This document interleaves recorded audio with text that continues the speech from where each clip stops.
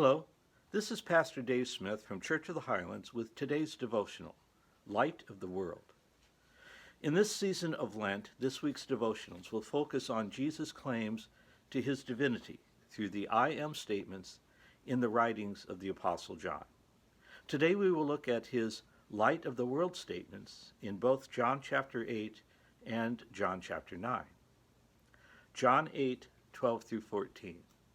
Again Jesus spoke to them, saying, I am the light of the world. Whoever follows me will not walk in darkness, but will have the light of life. So the Pharisees said to him, You are bearing witness about yourself. Your testimony is not true. Jesus answered, Even if I do bear witness about myself, my testimony is true. For I know where I came from and where I am going, but you do not know where I come from or where I am going. And in John chapter 9, verses 1 through 7, as he passed by, he saw a man blind from birth. And his disciples asked him, Rabbi, who sinned, this man or his parents, that he was born blind? Jesus answered, It was not that this man sinned or his parents, but that the works of God might be displayed in him. We must work the works of him who sent me while it is day. Night is coming, when no one can work. As long as I am in the world, I am the light of the world. Having said these things, he spit on the ground and made mud with the saliva. Then he anointed the man's eyes with the mud and said to him, Go, wash in the pool of Siloam, which means sent. So he went and washed and came back seeing. These two statements from Jesus elicit protests from the Pharisees. The first time Jesus declares himself to be the light of the world, the Pharisees respond with a theological argument that Jesus needs two witnesses.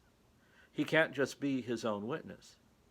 As Jesus responds that the Father is also a witness, a discussion develops about who this Father is.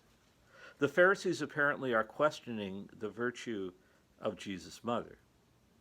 Then they point to Abraham as their father, but Jesus corrects them. The sons of Abraham, a man of faith, would believe in Jesus as the Son of God. Instead of Abraham's faith, Jesus says the Pharisees are displaying all the attributes of the devil, deceit and murder. But as the light of the world, Jesus does say he has the truth and a truth that can set them free. At the end of the chapter, Jesus makes the I am statement. He tells the Pharisees that before Abraham was, I am, the very name that God used about himself when he spoke to Moses from the burning bush.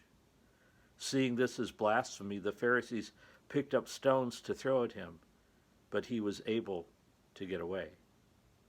In the second incident, a blind man is brought to Jesus, so Jesus is using light of the world as a metaphor for seeing and for healing. The blind man who receives his sight is then put on trial. His testimony, I once was blind, but now I see, will become a song lyric in the hymn Amazing Grace. So much distorted theology is laid bare in this trial, such as the assumption that his blindness was caused by his sin or his parents' sin. Jesus states that the blindness exists to show God's glory. Jesus is attacked for healing on the Sabbath, but this is a violation of man's law, not God's law.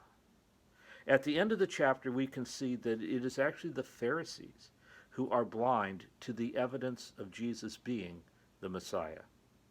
The blind man is brought back for questioning a couple of times, so he asks the Pharisees, since they want to know so much about Jesus, do they want to become his disciples too?